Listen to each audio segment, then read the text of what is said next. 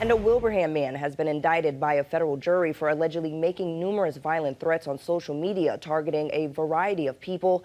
36-year-old Funwe Onoweo has also gone by several other names, is facing threatening and stalking charges following his arrest in South Florida last month.